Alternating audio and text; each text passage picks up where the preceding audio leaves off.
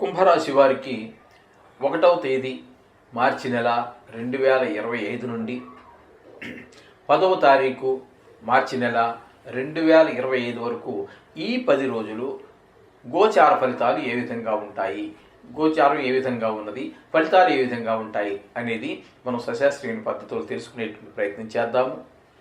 ఇక్కడ చెప్పాలి అంటే జన్మంలోనే శని, ఇది ఏళ్ళనాటి శనికి సంబంధించినటువంటిది. అనుకూలమైనటువంటి ఫలితాలు ఏమీ ఉండవు. అందులో కూడా జన్మంలోనే సంచారం కాబట్టి కొంచెం తీవ్రత ఎక్కువగా ఉంటుంది. గాయాలు అవి అయ్యే అవకాశం ఉంటుంది.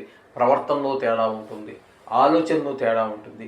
ఈ విధమైనటువంటి ఫలితాలన్నీ కూడా జన్మంలో శని యొక్క ప్రభావం ఏ విధంగా ఉంటుంది. అట్లాగే జన్మంలో రవి కూడా ఇంచుమించుగా అలాగే ఉంటుందండి. ఆలోచనలు వేరుగా ఉంటాయి, ప్రవర్తన వేరుగా ఉంటుంది, ఆరోగ్యం కూడా దెబ్బతినేటువంటి అవకాశం ఉంటుంది. ఈ శని వలన అంతా మందకొడిగా ఈ ఇప్పుడు చేయాల్సిన పని కూడా రేపు చేద్దాంలే చూద్దాంలే అన్నట్టుగా ఉంటుంది. ఈ విధంగా శని యొక్క జన్మ రాశిలో సంచారం వల్ల కలుగుతాయి. ఈ రవి వలన కూడా అనారోగ్యాలు పాలయ్యే అవకాశం ఉంటుంది. ఇకపోతే ద్వితీయ స్థానంలో బుధుని యొక్క సంచారం అనుకూలమైన ఫలితాలు ఇవ్వదండి. కుటుంబంలో కొంచెం డబ్బుల విషయంలో వెనకబడటము, కుటుంబంలో భార్య పిల్లలకి మనకి అభిప్రాయ భేదాలు ఏర్పడటం, కొంచెం చికాగా ఉండటం జరుగుతూ ఉంటుంది. అలాగే రాహు ద్వితీయంలో ఉండటం వల్ల కూడా భార్య భర్తల మధ్యన, కుటుంబంలో పిల్లలకి మనకి మధ్యన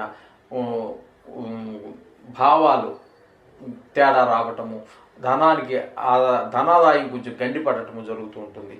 ఇంకా శుక్రుని యొక్క సంచారం తీసుకున్నట్టయితే ద్వితీయంలో స్టార్ట్ అయ్యి ప్రారంభమై ఒక్కరోజు మాత్రమే ఉంటుంది. తదుపరి జన్మంలోకి వస్తున్నారు కాబట్టి ఈ శుక్రుడు ఆ ద్వితీయంలో ఉన్న ఒక్కరోజు కానివ్వండి, మరలా జన్మంలో ఉన్నటువంటి మిగతా రోజులు కూడా, మొత్తం ఈ 10 రోజులు కూడా మీకు శుక్ర భగవానుడు అనుకూలమైనటువంటి ఫలితాలనే ఇస్తూ ఉన్నారు.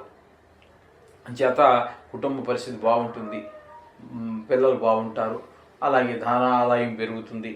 ఈ విధమైనటువంటి ఫలితాలని శుక్ర భగవానుడు ఇస్తూ ఉన్నాడు. ఇకపోతే చతుర్థ స్థానంలో గురువు యొక్క సంచారం జరుగుతోందండి. ఆయన వలన చతుర్థంలో గురువు యొక్క సంచారము శుభ ఫలితములను ఇవ్వజాలదు. విద్య విషయంలో, భూమి విషయంలో, గృహ విషయంలో, లేదా వాహనం విషయంలో కొనాలనుకున్నా కొనలేరు, అమ్మాలనుకుంటే అమ్మలేరు. మొత్తం మీద స్తబ్దుగా జరిగిపోతుంది. 10 రోజులు కూడా గురు బలం లేని కారణంగా. ఇకపోతే కుజుని యొక్క సంచారం తీసుకున్నట్టయితే పంచమంలోనూ ప్రారంభమవుతున్నది. తదుపరి వక్రగతి కారణంగా చతుర్థ స్థాన ఫలితాలు ఇస్తూ ఉన్నాడు. ఇక్కడ మీకు పంచమంలో కానీ చతుర్థంలో కానీ అంత అనుకూలమైనటువంటి ఫలితములను ఇవ్వజాలడు. అందుచేత కుజుని యొక్క వల్ల కూడా ఏమీ మనకి శుభప్రదమైనటువంటి ఫలితాలు లేవు. అట్లాగనే అష్టమ స్థానంలో కేతుగ్రహ సంచారం జరుగుతోందండి. దీని ద్వారా కొంతమందికి ఆయుర్దాయం మీద కొంచెం దెబ్బపడేటువంటి అవకాశం ఉంటుంది. కొంతమంది రాజధానులకి గురవుతూ ఉంటారు. పెద్ద దుఃఖం వచ్చి మీద పడుతుంది. కొన్ని దుర్వార్తలు, హఠాన్ మరణాలు జరగటము, ధన నష్టం జరగటము, కలహాలు, కొన్ని చోట్ల పరాభవము, అవమానాలు, ఇట్లాంటివన్నీ కూడా అష్టమ స్థానంలో కేతు గ్రహ సంచారం వల్ల జరుగుతూ ఉంటాయి. ఈ విధమైన ఫలితాలన్నీ కూడా మీకు మనకి కుంభరాశి వారికి గోచరిస్తూ ఉన్నాయి.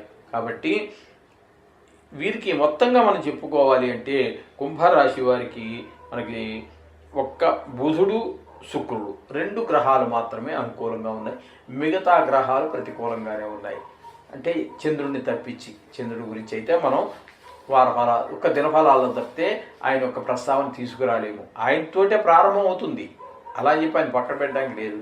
చంద్రుడిని ప్రమాణంగా తీసుకునే నడుస్తూ ఉంటుంది. కానీ ఆయనకి దినసరి ఫలితాల్లో తప్పితే వార ఫలాల్లో కానీ, పక్ష ఫలాల్లో కానీ, మాస ఫలాల్లో కానీ, సంవత్సర ఫలాల్లో కానీ ఆయన గురించి మనం ప్రస్తావించే జాలం. ఎందుకంటే చాలా శీఘ్రంగా ఆయన నడుస్తూ గమనం ఉంటుంది. కాబట్టి 2.5 రోజులకే రాశి మారుతూ ఉంటారు కాబట్టి గణన చేయడం చాలా కుదరదు. కాబట్టి అందుచేత మనకి 2 గ్రహాలు అనుకూలత కాబట్టి మిగతా గ్రహాలన్నిటికీ కూడా మనం చెప్పుకుంటున్నట్టుగా నవగ్రహ శ్లోకాలు, బీజాక్షరాలు, నవధాన్యాలు, లేకపోతే మీరు ఎవరికైనా దాన ధర్మాలు చేయటము, ఇట్లాంటివన్నీ కూడా చేసుకున్నట్టయితే అన్ని గ్రహాలు కేవలం మీరు కంగారు పడద్దండి.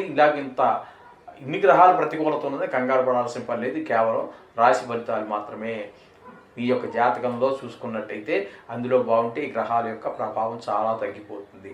అందుచేత నిష్ణాతులు లేని వారి చేత కానీ లేదా మా చేత కానీ మీరు జాతకం రాయించుకోవచ్చును. ఈ విధంగా చేసినట్టయితే అంతా శుభం జరుగుతుంది. శుభం భూయాత్.